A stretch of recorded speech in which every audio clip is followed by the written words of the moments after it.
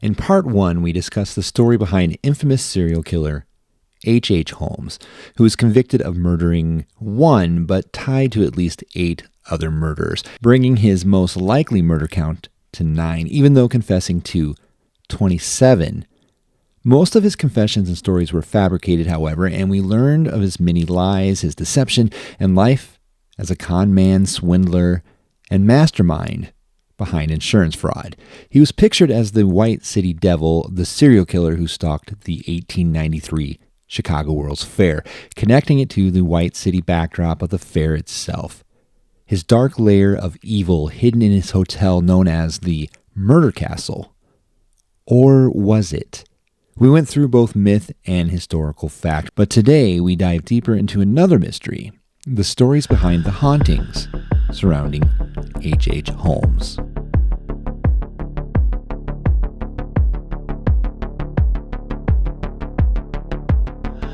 Hello and welcome back to Midwest Shadow Files. I'm Dan, your host and your Midwest Shadow Files storyteller. We discussed the story of H. Holmes in our last episode. If you haven't had a chance to listen to that, it might be a good place to start before today's episode.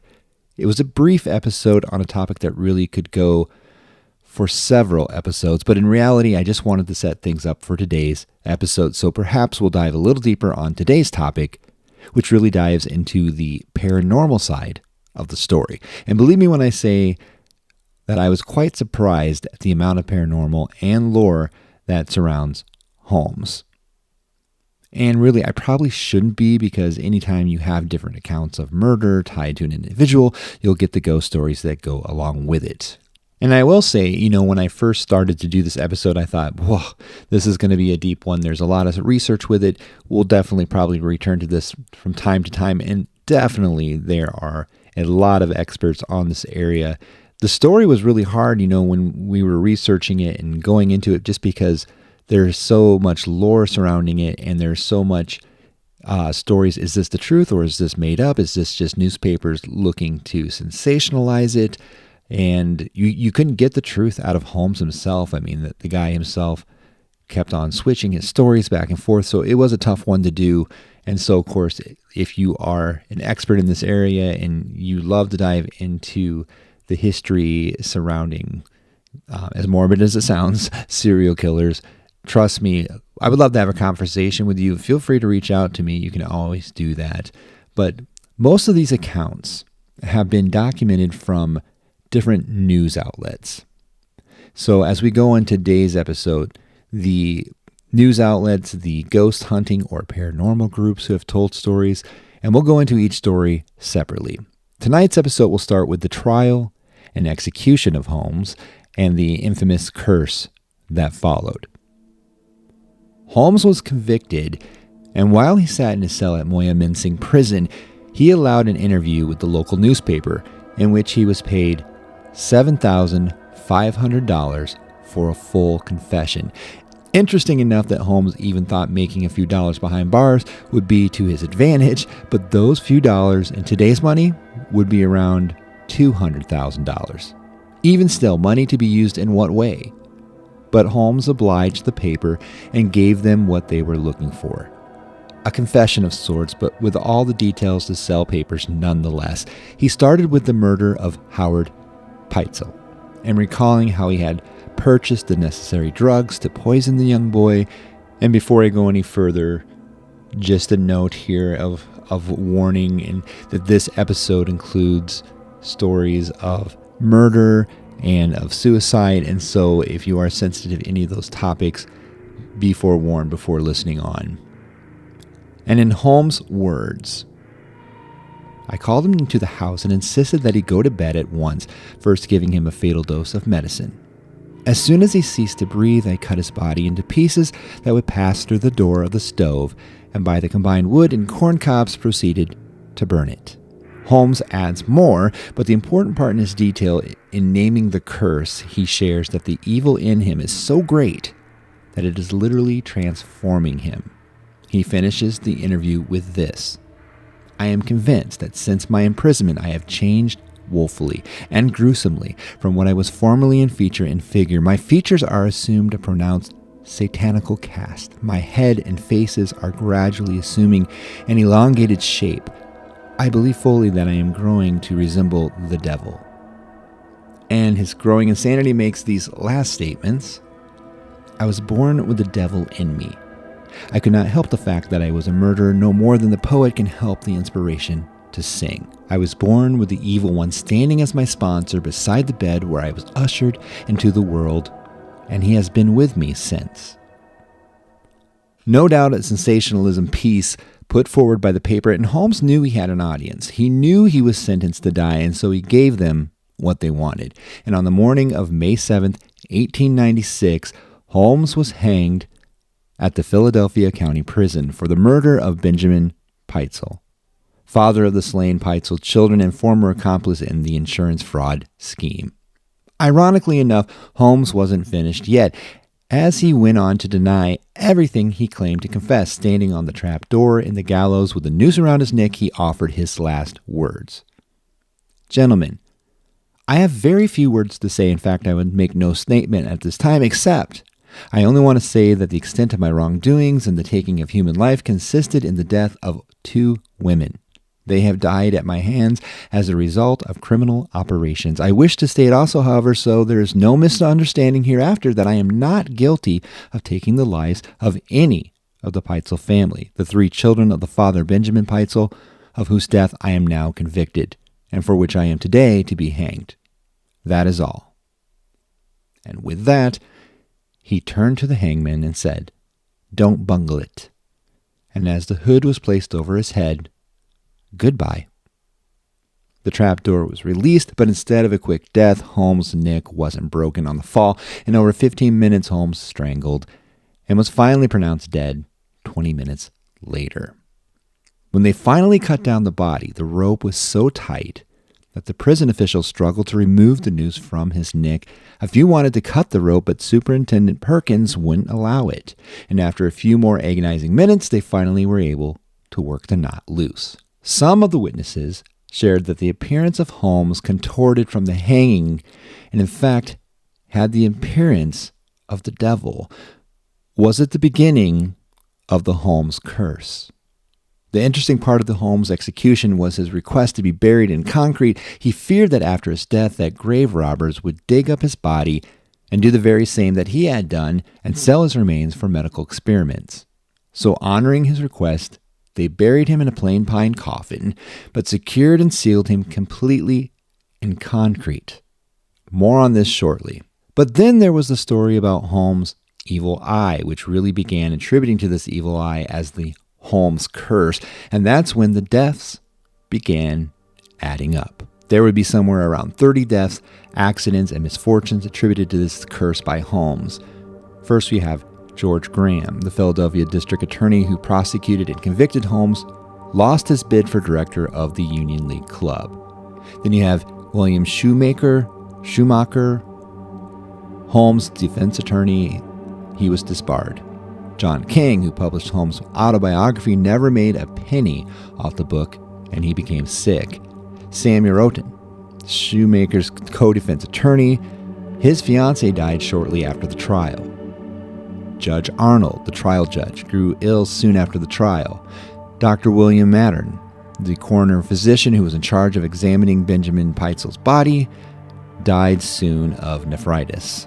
A few days after that, jury foreman Linford Biles was mysteriously electrocuted by a loose wire in his home. A few days after that, Mrs. Anna Harvey, who lived in the remodeled Murder Castle, went missing and was found dead on Chicago's West End in an apparent suicide. Thomas Barlow, the assistant district attorney of Philadelphia and primary prosecutor during the Holmes trial, became sick with brain fever. Henry Rogers, one of Holmes' victims from real estate fraud and one of the Holmes confessed murder victims, though that was a lie, he died 3 months later from cancer.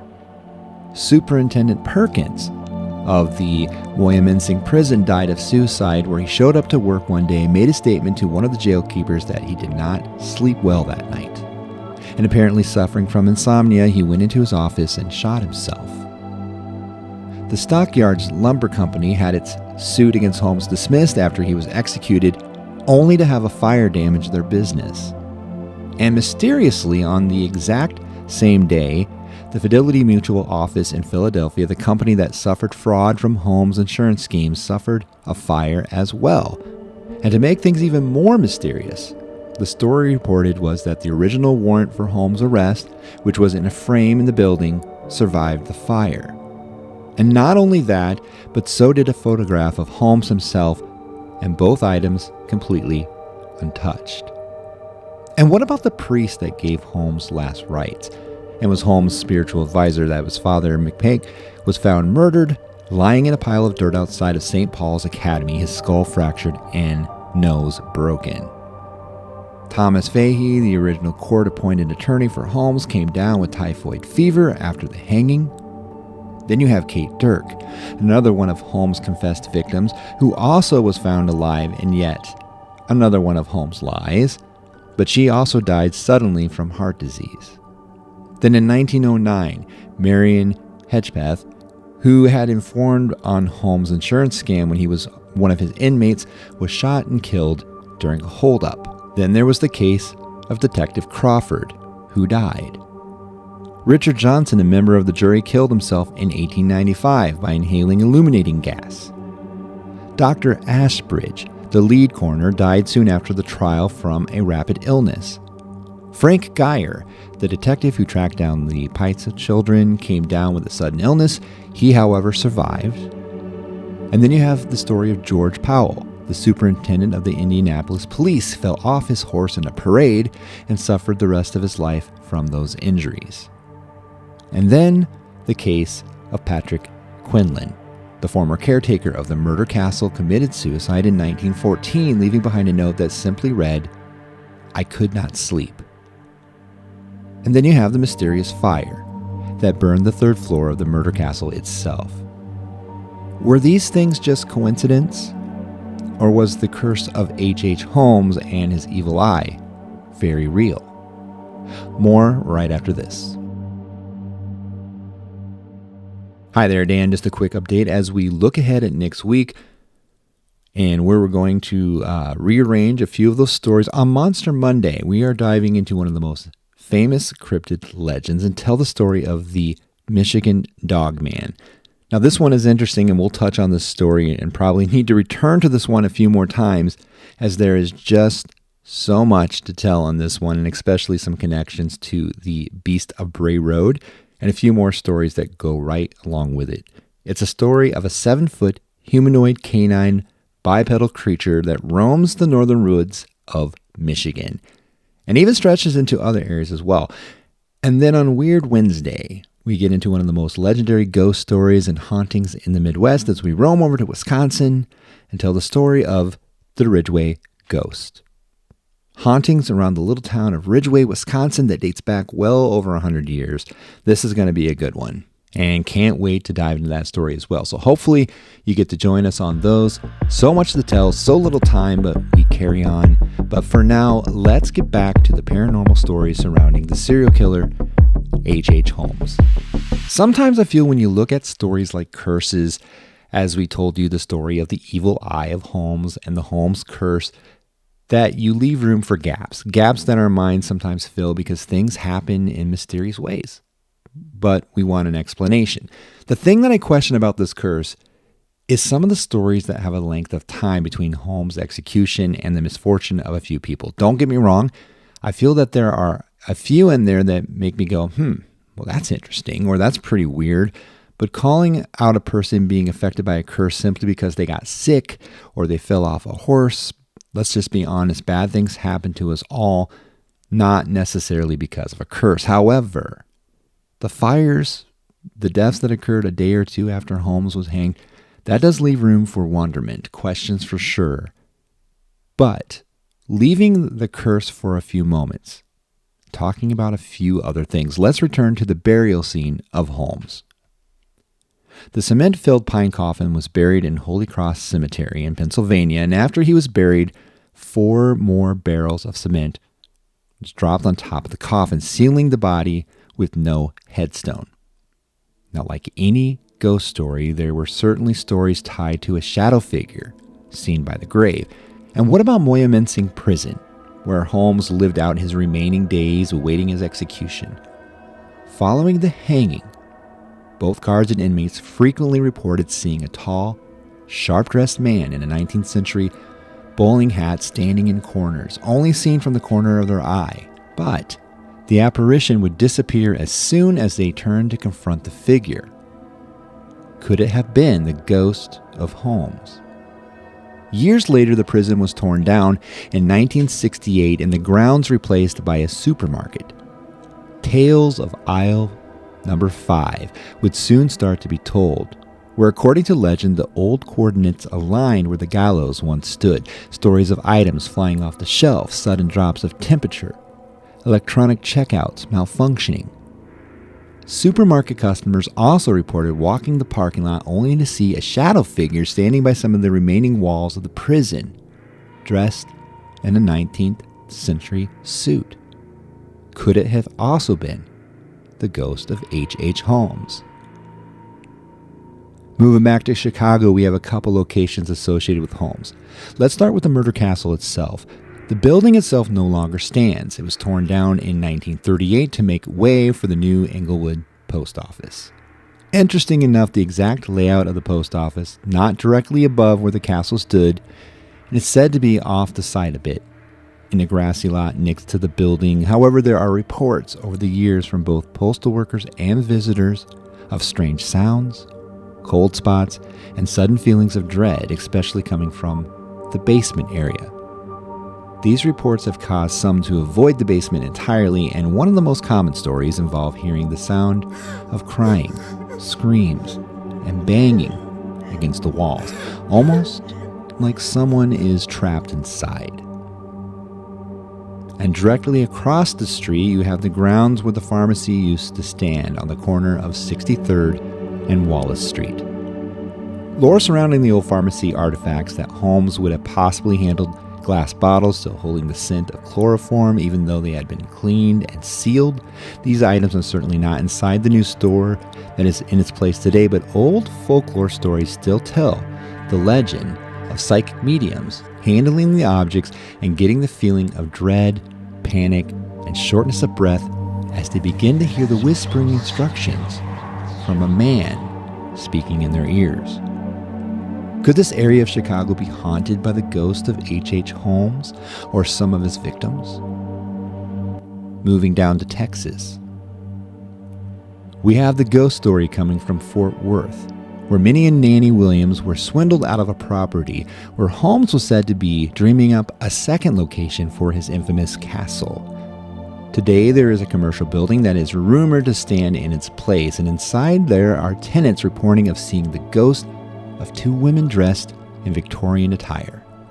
Wandering the upper hallways, they are reported to be seen arguing and then suddenly vanish. Could these be the ghosts of two of Holmes' victims, Minnie and Nanny Williams? The next locations, while mixed with ghost stories, are quite sad. Not that the others aren't as well, they most certainly are, but the story of Alice Nilly and Howard Peitzel, the Peitzel children, hits a note of extreme sadness for me. The story of children being killed by the hands of Holmes. When Holmes murdered Benjamin Peitzel, he went on the run with the children, with the Pinkerton Detective Agency hot on his trail. They pursued Holmes as he fled across several states, even taking them up into Canada. Now, the first location is Irvington, Indiana. Holmes rented a cottage here, and in the process of driving the children up, he murdered young Howard, possibly by poisoning him. He dismembered him and burned his remains in a stove. The cottage was eventually replaced with a home that stands today, and there have been reports of dense, suffocating energy settling in some areas and some rooms of the home. Footsteps of a child with the light pitter-patter of small barefoot footsteps running across the floor. Could it be the ghost of Howard Peitzel? And after murdering Howard, Holmes retreated into Canada and rented a house at 16 St. Vincent Street. That's the location where Detective Frank Geyer and investigators uncovered the remains of Alice and Nellie Peitzel. Buried in a shallow grave, the bodies were recovered and buried. Today, there are reports of ghostly playmates, hearing the phantom sounds of two girls giggling, laughing, and playing in both of the rooms, and on St. James Cemetery grounds where they are buried today. Feelings of cold spots and a lingering feeling of sadness is often reported. And just when things couldn't get any stranger in these paranormal reportings and stories, there were a couple theories that came about. Maybe Holmes was more than people thought he was. And even more horrifying, maybe Holmes didn't hang in the gallows. Maybe he survived. We'll dive into that right after this. Hey there, Dan here. Just a quick thank you to all of you that have been following along. We look at ourselves as more than just simply a podcast here, but as a community. That means we love hearing from you just as much as I hope you like hearing from me. If you have a story you'd like to share, a place, a topic you'd like us to hit on this podcast, we'd love to hear about it. Consider dropping us an email at midwestshadowfiles@gmail.com. That's midwestshadowfiles@gmail.com. And no matter how deep or non-deep you think it is, we'd still love to hear from you, even if it's just to stop by and say hello. We're wrapping up our two-part series of H.H. Holmes. We hope you enjoyed it. I will say this really quick. This was a tough one to do, not just because of the topic, which Holmes has to be one of the most talked about, written about, discussed serial killers in the entire world. And not only that, but between sensationalist newspaper accounts, the constant changing of confessions, the stories from the obvious lies of Holmes, and even just some of the facts, or even rumors or tall tale stories on some of the paranormal side of the story, it made this one a difficult one. I don't proclaim to be an expert, and I leaned heavy on several books, newspaper articles, other posts telling the story, and even just trying to simply wrap my brain around the subject myself. We're going to conclude with a few outlandish theories that came out about Holmes. But if there's anything you want to add, discuss, feel free not only to drop me a comment, but reach out on email as well. And always just want to thank you again for listening. And of course, for now, let's get back to the final thoughts of the story. Okay, so we had a couple theories that kind of came along with this, and let's just get into this a little bit. Theory number one, and this one I can pretty much disprove right from the get-go, and I'll give a brief explanation of why. Herman Webster Mudgett wasn't just H.H. Holmes. In reality, this is what the theory is. In reality, Mudgett was Jack the Ripper. Now, I'm going to X this one right from the start. You can take timelines certainly and parallel them that Holmes and the Ripper were alive at the same time period. The Whitechapel Killer and the White City Devil had that one thing in common, the color white in their official titles, right? That's it. Supposedly there are sailing records where Holmes crossed the Atlantic, but as it's been reported by others in numerous places across the web and other books, it's not an odd thing to have others with the last name of Holmes. Sure, that makes sense. And they didn't have similar methods of killing. Jack the Ripper was vicious with his cutting and mutilating of his 5 victims, all women, by the way, no children. Where Holmes, he was basically a con artist doing away with his victims, typically, as it sounds, with forms of poison. So not even close. And of course, I have read numerous books on this, and there is so much written on Jack the Ripper. If you want to get into that, there's some good ones out there. I'll put some in the description, ones that I would suggest to kind of wrap your head around that if you are interested in Jack the Ripper. But in my opinion, not even close. I was carried away at one point with this, right, with Jack the Ripper, and have, like I said, many books on that. And I don't feel this one is even close. But theory number 2 is startling. And that's the story that Holmes escaped his execution by working with a few of the prison guards and faking his death. The cover of his hood at the hanging, of course, they said the secrecy and the style of his burial being covered in cement so the body couldn't be identified leads the conspiracy theory. So much so that in the end, science did what history couldn't. And in 2017, when anthropologists finally cracked open the massive block of concrete, and they brought Holmes up, they proved definitively that Holmes' bones were exactly where they were supposed to be. And there was no grand escape. There was no body double. And on the date of his execution, Holmes final con days and murders were over. But as many will tell you, a concrete tomb can't contain legacy. And it certainly can't contain any lore or paranormal stories surrounding. I've shared some today. There's many. H.H. Holmes, a man obsessed with architecture, control, trapping victims, swindling, and defrauding people, had a sense of irony of a man doomed to be entrapped in his own concrete grave. Whether you believe the shadows have a voice or you think the past is just a collection of facts, one thing remains undeniable, and that's the pure evil that Holmes unleashed towards the end of the 19th century. The so-called murder castle may be gone, the concrete in place sealing his remains for eternity, but the shadows of it all still remain. This episode of Midwest Shadow Files was written, recorded, and produced by me, myself, and I. I'm Dan, your host and Midwest Shadow storyteller. This is Midwest Shadow Files.